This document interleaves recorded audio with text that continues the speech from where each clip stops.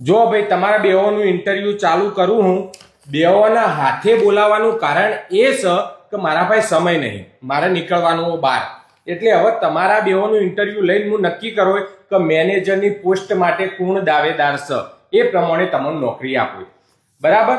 તો પહેલો સવાલ કે આપણી કંપનીનું માર્કેટિંગ કઈ રીતે કરીશું?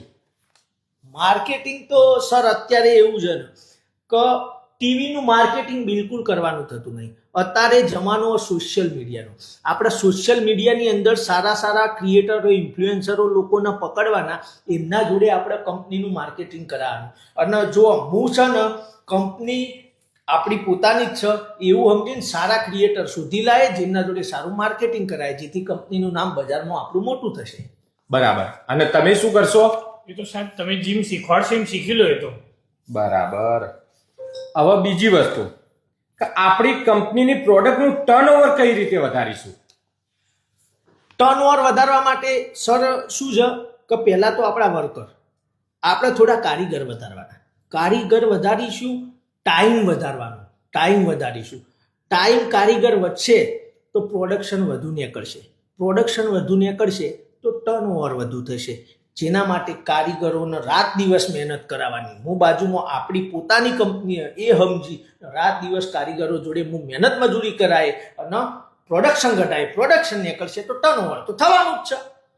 બરાબર. તો તમે શું કરશો? એ તો સાહેબ તમે હંગાત તો હોય જ, એટલે તમારું જોઈ જોઈને તો બધું હું શીખી લો. બરાબર. હવે ત્રીજો સવાલ કે માની લો કે આપણી કંપની નુકસાનમાં જાય તો એને નફામાં લાવવા માટે શું કરીશું? તો કંપની જો સર આપણી એકદમ ઇઝી છે.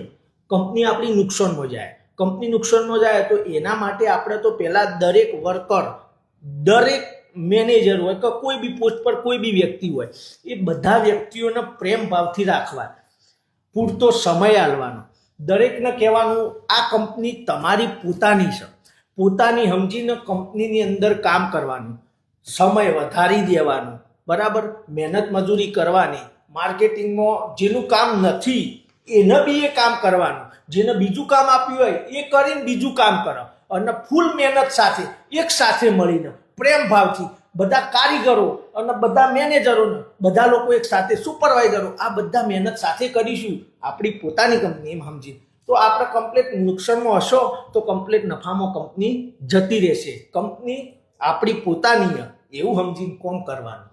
બરાબર. તમે શું કરશો? એ તો સાહેબ ધીરે ધીરે બધું આવડી જશે.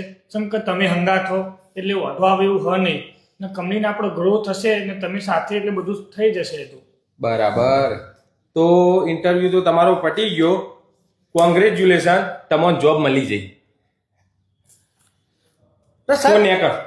પણ સાહેબ મી આટલા મસ્ત સારા એવા જવાબો આલ્યા, આ તો કરી લઈશું, જોઈ લઈશું, થઈ જશે, અને આર્યો પાસ કરી દીધું. હા, તે તું વારે ઘડીએ એ કીધે જોઈએ કે કંપનીને પોતાની સમજીને કામ કરીશું, કંપની મારી હ, પોતાની સમજીને કામ કરીશું. એક દાડો તું મારી કંપની તારી પોતાની કરી દે એ વાતની મને બીક હ. અને તું બહુ દોઢ ડાયો.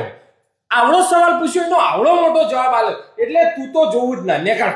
અરે પણ સર તમે તારી નોકરી આજથી શરૂ અને બહાર કાઢી. અરે પણ સર આટલા સરસ જવાબ આલ્યા, હું પોતાની ના કરું, હું પોતાનું સમજીને કોમ આ તું મને વયથી ઉઠાડે, મને ખબર હતું નેકળ. તું અને ધક્કો મારીને બહાર કાઢ.